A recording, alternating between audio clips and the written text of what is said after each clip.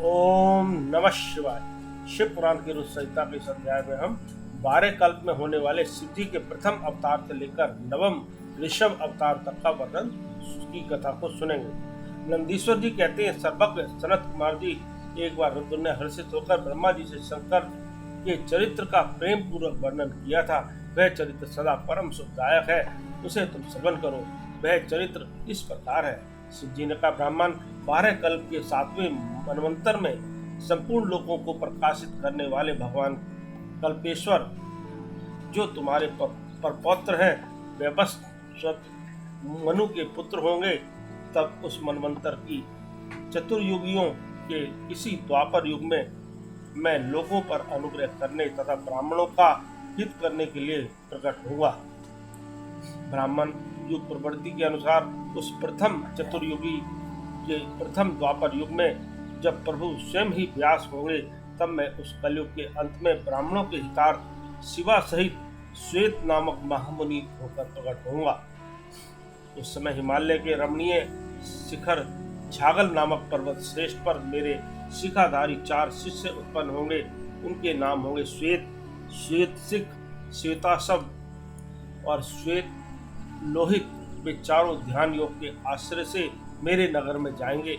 वहां वे मुझ अविनाशी को तत्वतः जानकर मेरे भक्त हो जाएंगे तथा जन्म, जरा और मृत्यु से रहित होकर परब्रह्म की समाधि में लीन रहेंगे।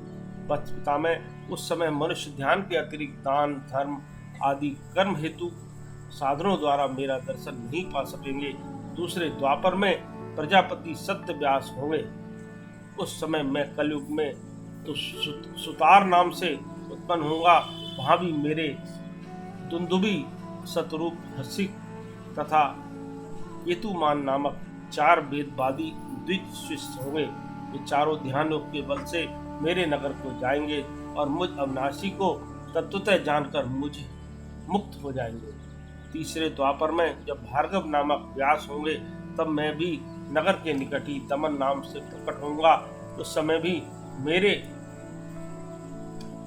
विशोक, विशेष, विपाप और पाप नाशन नामक 4 पुत्र होंगे। चतुरानन, उस अवतार में मैं शिष्यों को साथ ले व्यास की सहायता करूंगा और उस कलयुग में निवर्ती मार्ग को सुदृढ़ बनाऊंगा।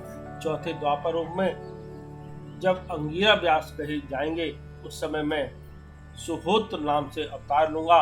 उस समय भी मेरे 4 योग साधक महात्मा पुत्र होंगे। ब्राह्मण, उनके नाम होंगे सुमुख, दुर्मुख, दुधर्म और दुरुति कर्म।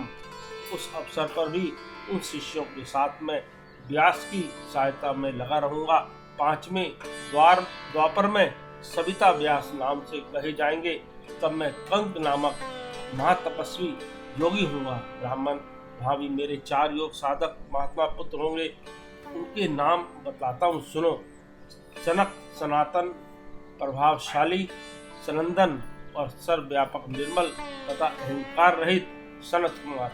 उस समय भी कंक नामधारी में सविता नामक व्यास का सहायक बनूंगा और निर्वर्ती मार्ग को बढ़ाऊंगा।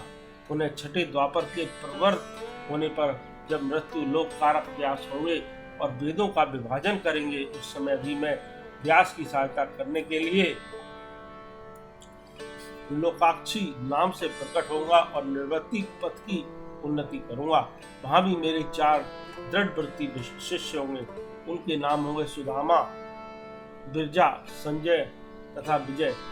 विदे 7वें द्वापर युग के आरंभ में जब सत्यक्रतु नामक व्यास होंगे, उस समय भी मैं योग मार्ग में परम निपुण जैगीश्व नाम से प्रकट होऊंगा और काशीपुरी में गुफा के अंदर दिव्य देश में कुशासन पर बैठकर योग को सुदृढ़ बनाऊंगा तथा सत्यक्रतु नामक व्यास की सहायता और संसार भय से भक्तों का उद्धार करूंगा। उस युग में भी मेरे सारस्वत, योगीश, मेघवाह और सुबाहन नामक 4 पुत्र होंगे। 8वें द्वापर के आने पर मुनिवर वशिष्ठ वेदों का विभाजन करने वाले वेद व्यास होंगे। योग वित्तम, उस युग में भी मैं दधिवाहन नाम से अवतार लूंगा और व्यास की सहायता करूंगा। उस समय कपिल, आसुरी, पंचसिक और सालबल नाम वाले मेरे 4 योगी पुत्र उत्पन्न होंगे जो मेरे ही समान होंगे। ब्राह्मण नबी चतुर्युगी के द्वापर युग में मुनि श्रेष्ठ सारस्वत व्यास नाम से प्रसिद्ध होंगे। उन व्यास के निर्वर्ती मार्ग की वृद्धि के लिए ध्यान करने पर मैं ऋषभ नाम से अवतार लूंगा। उस समय पराशर, गर्ग, भार्गव तथा गिरीश नाम के 4 महायोगी मेरे शिष्य होंगे। प्रजापति, उनके सहयोग से मैं योग मार्ग को सुदृढ़ बनाऊंगा। सन्मुने, इस प्रकार मैं व्यास का सहायक होऊंगा।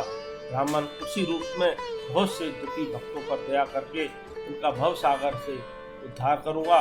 मेरा वह ऋषभ नामक अवतार योग मार्ग का प्रवर्तक, सारस्वत व्यास के मन को संतोष देने वाला और नाना प्रकार से रक्षा करने वाला होगा। उस अवतार में मैं भद्रायु नामक राजकुमार को, जो विष दोष से मर जाने के कारण पिता द्वारा त्याग दिया जाएगा, जीवन प्रदान करूंगा। तदनंतर उस राजपुत्र की आयु के 16वें वर्ष में ऋषभ ऋषि, जो मेरे ही अंश है, उसके घर पधारेंगे।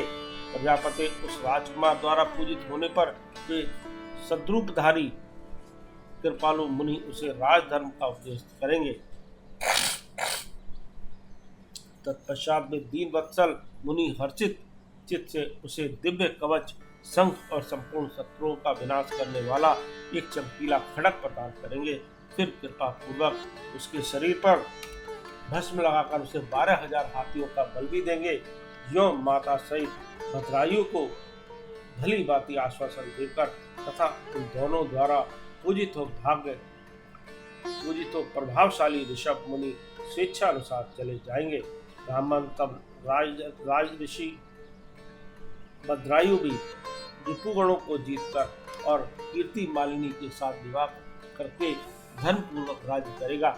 मुने, मुझ शंकर का वह ऋषभ नामक नवा अवतार ऐसा प्रभावशाली होगा, वह सत्पुरुषों की गति तथा दीनों के लिए बंधु सा हितकारी होगा। मैंने उसका वर्णन तुम्हें सुना दिया।